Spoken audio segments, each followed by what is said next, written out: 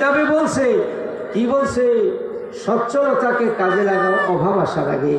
এখন আছে কিছু ধন দান করো, মুক্ত মাদ্রাসায় দান করো, ইতিম গরিবকে দান করো, উস্তাদ পীরের বাড়ি দান করো। এমন একটা সময় আসতে পারে তুমি গরিব হয়ে যাইতে পারো, আর দিতে পারবা না। যখনই তোমার উপরে হজ খরচ, তুমি তাড়াতাড়ি হজ করো, এরপরে গরিব হইতে পারো। সবকে কাজে লাগাও ঝামেলা আসার আগে।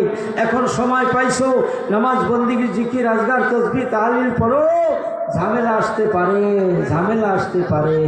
আবার কিতাবে কি কইছে? তোমার অন্তরকে ঝামেলা মুক্ত করো, আমি তোমার অন্তরকে চিন্তা মুক্ত করে দেব।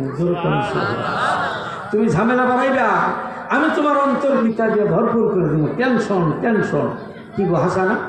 যার যত ধন, যার যত গাড়ি, যার যত অমুক, তার টেনশন টেনশন, ঘুম ধরে না। হাসা কিনা কোন? গাড়ি তিনটা, একটা আইসা আর দুইটা আসে নাই। কেউ কথা হাসা না মিশে বলছি?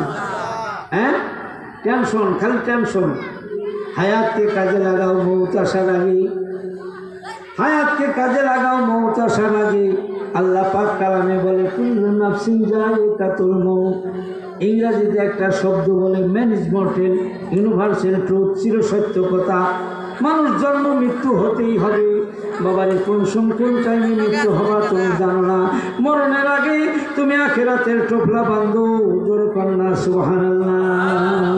যখন নামাজে দাঁড়াইবা মনে করবা এটা আমার শেষ নামাজ। জোরে কন্যা সুবহানাল্লাহ।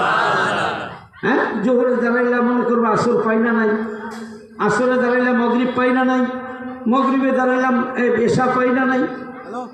ও জাকেরা না সেখানে না কি বলছে?